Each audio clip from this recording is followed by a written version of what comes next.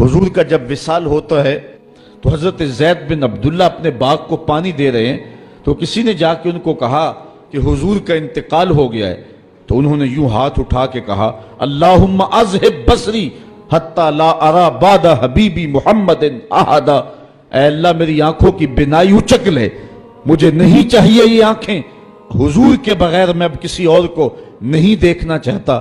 اللہ تعالیٰ نے ان کی آنکھوں کی بینائی ان کی دعا پر جو ہے وہ واپس لے لی۔ کچھ لوگ ان کا حال پوچھنے گئے، جب پتہ چلا ان کی بینائی چلی گئی ہے تو انہوں نے کہا کہ بڑا افسوس ہوا ہے کہ تمہاری آنکھوں کی بینائی جاتی رہی، تو فرمانے لگے تمہیں افسوس ہوگا، مجھے تو کوئی افسوس نہیں، میں حضور کے چہرے کے بغیر کچھ دیکھنا ہی نہیں چاہتا۔ یہ پیار کی وہ انوکھی داستان ہے کہ جو آپ کو کائنات میں کہیں بھی نہیں ملے گی۔ حضرت حسان بن ثابت رضی اللہ تعالیٰ عنہ کے اشعار پڑھیں جو حضور کے وصال پہ انہوں نے کہے ہیں، اس میں وہ فرماتے ہیں حضرت حسان بن ثابت، کاش کہ مجھے کالا سانپ لڑ جاتا اور میری زندگی کا خاتمہ کر دیتا۔ سیدہ فاطمہ کہتی ہیں صبت علیہ مصائب لو انہا صبت علی الایام سرنا لیالیا، کہ میرے اوپر وہ مصیبتوں کے پہاڑ ٹوٹ پڑے ہیں، اگر وہ مصیبتیں جو ہے وہ روشن پر پڑتی تو وہ بھی سیاہ راتیں بن کے رہ جاتی۔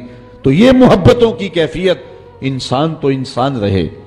وہ غضبہ نامی اونٹنی جس پہ حضور سواری کیا کرتے تھے تو وہ حضرت سیدہ فاطمہ کی دہلیز پہ سر رکھ کے باقاعدہ آنسو بہایا کرتی تھی۔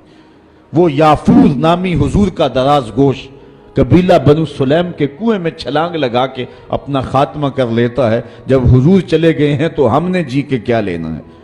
حضرت امام احمد بن حنبل نے اپنی مسند کے اندر لکھا ہے کہ حضور کے گھر میں ایک چھوٹا سا ممولہ تھا، جب حضور گھر آتے تو وہ کسی گوشے میں بیٹھ کے حضور کو دیکھتا رہتا، اور آقا کریم علیہ السلام جب گھر سے چلے جاتے اس طرح تو وہ مضطرب ہو جاتا، کبھی چارپائی پہ آ جاتا، کبھی چھت پہ، کبھی نیچے، کبھی دائیں، کبھی اوپر۔ جب آقا کریم علیہ السلام دوبارہ گھر آتے فساکانہ تو اس کے دکھی دل کو قرار آ جاتا۔ اور اگر محبتوں کی کہانیاں اور الفتوں کی دل آویز داستان کو چھیڑنے لگوں تو میں تمہیں ایک ایسی البیلی اور انوکھی کہانی سناؤں گا جس کو حضرت امام بخاری نے اپنی صحیح سند کے ساتھ روایت کیا ہے کہ مسجد نبوی کا ماحول ہے۔ آقا کریم علیہ السلام منبر پہ جلوہ فراز ہوئے، ابھی خطبے کا آغاز ہی ہوا ہے کہ ایک جانب سے سسکیوں کی آواز آنے لگی، کوئی پھوٹ پھوٹ کے رو رہا ہے۔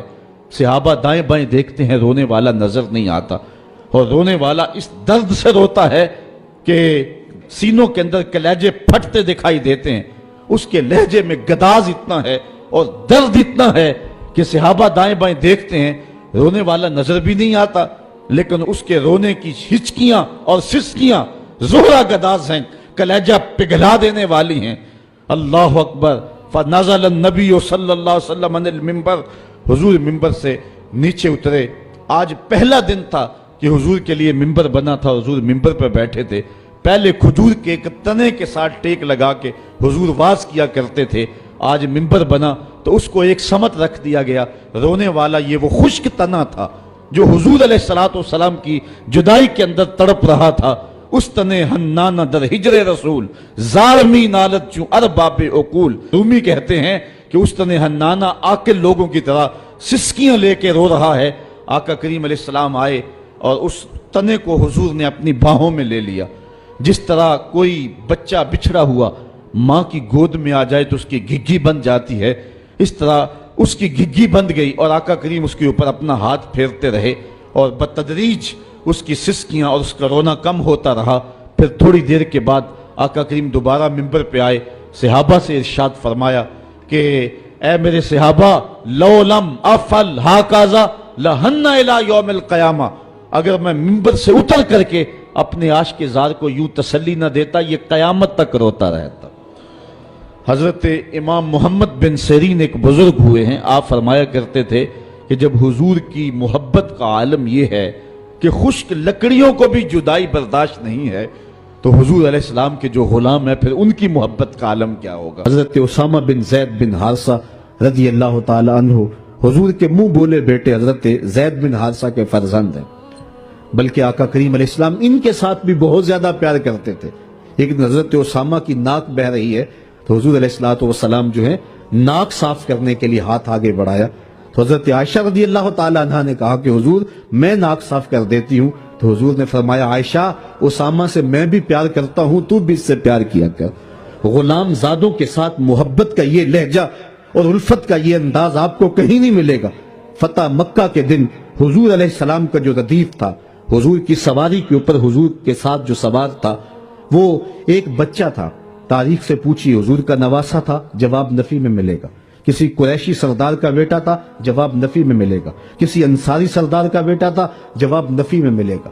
وہ کون تھا جو اس اہم دن حضور کے ساتھ حضور کی ناکہ پہ سوار تھا اور خوشی سے اچھلتا تھا؟ حضور روکتے تھے، آقا کا سر جھکا ہوا تھا.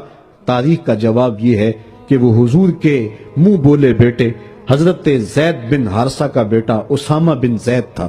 دنیا کو بتایا کہ محمد عربی گروہوں کو اٹھانے آئے ہیں اور غلاموں کو عزت دینے آئے ہیں. ایک غلام کو اپنے ساتھ ناکہ پہ بٹھایا ہے اور دوسرے غلام کو کعبہ کی چھت پہ چڑھا دیا.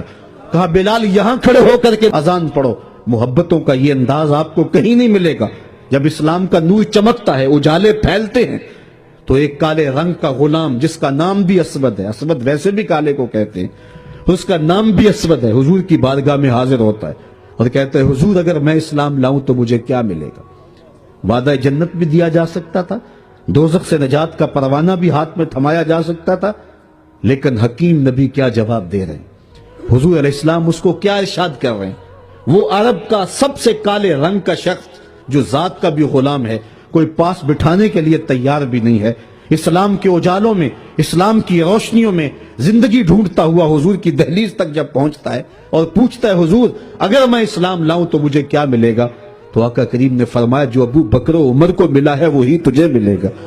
جس صف میں وہ کھڑے ہوتے ہیں اسی صف میں تو کھڑا ہوگا، اور اگر تو پہلے آئے اور وہ بعد میں آ جائیں اور تو پہلی صف میں کھڑا ہو جائے، کوئی طاقت نہیں جو تجھے کھینچ کے پیچھے کر لے.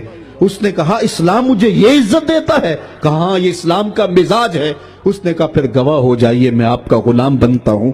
اقبال کہتا ہے اسود از توحید احمر می شبد، خیش ابو بکرو خیش فاروق و ابو ذر می شبد. یہ توحید کا فیضان ہے کہ اسود گوری چمڑی والے کے کندھے سے کندھا لگا کے کھڑا ہونے کے قابل ہو جاتا ہے. یہ اسلام کا دیا ہوا دین ہے کہ حضرت بلال حبشی جب شام سے واپس آتے ہیں تو حضرت امیر المومنین 23 لاکھ مربع میل کے حکمران حضرت عمر مسجد نبوی سے باہر نکل کر کے استقبال کرتے ہیں. کالے رنگ کے ہاتھ کو چوم کے آنکھوں سے لگا کے بولتے ہیں یا بلال انت سیدنا، بلال لوگ تجھے غلام کہیں، میرا تو آقا لگتا ہے نا. یہ وہ فیضان تھا کہ حضور علیہ السلام نے گرے ہوئوں کو اٹھا کر کے اوج ثریا کی بلندیوں تک پہنچایا. یہاں مجھے عارف عبد المتین یاد آئے، حد کرتی. وہ کہتے ہیں اور جتنے بھی سہارے ہیں سبق کرتے ہیں، عزت نفس بڑھاتا ہے سہارا.